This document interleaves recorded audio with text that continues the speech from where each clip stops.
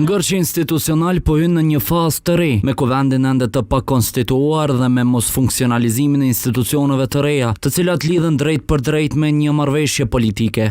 Ngërçi institucional po vazhdon, megjithatë, dy liderët e partive politike, Lumir Abdigjiku dhe Albin Kurti nga Lëvizja Vetëvendosje dhe Lidhja Demokratike e Kosovës, u shprehën optimist nga takimi i së martës. Megjithatë, jemi pikërisht këtu tek selia e Lidhjes Demokratike të Kosovës, ku disa deputet kaluan këndëjpari, megjithëse nuk pranuan të flasin para kamerave. Ata potencuan se sot nuk pritet një takim i mundshëm nga dy liderët e partive politike.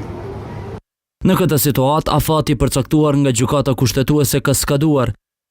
Njohës të çështjeve juridike vlerësojnë se vonesa e konstituimit të kuvendit po cënon kushtetutshmërinë e vendit. Ajo çka po ndodh është duke u rënu kushtetutshmëria, duke u cenu demokracia dhe duke u cenu të drejtat ekonomike e sociale të qytetarëve të vendit. Se çka po ndodh me kuvendin, pomjet tregojnë. E shkeljet ligjore dhe kushtetuese i vënë pa edhe burime Jupi nga INDEP. Sipas e Jupit, nuk po mbikëqyrën as institucionet, duke përmendur zyrën e rregullatorit për energji, e cila siç thot ai është duke punuar pa mandat. Domethënë vetë fakti që nuk ka kuvend, shumica e institucioneve punojnë në vullnetyre. Domethënë nuk ka në mbikëqyrë se cilë mbikëqyrë punën e tyne dhe jep llogaria e institucion.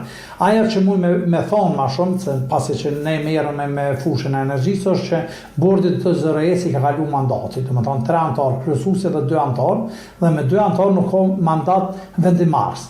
LVV-ja ka fituar mandate të mjaftueshme për konstituimin e kuvendit dhe për të votuar qeverinë e re, duke llogaritur edhe në votat e partive të minoriteteve jo shumicë.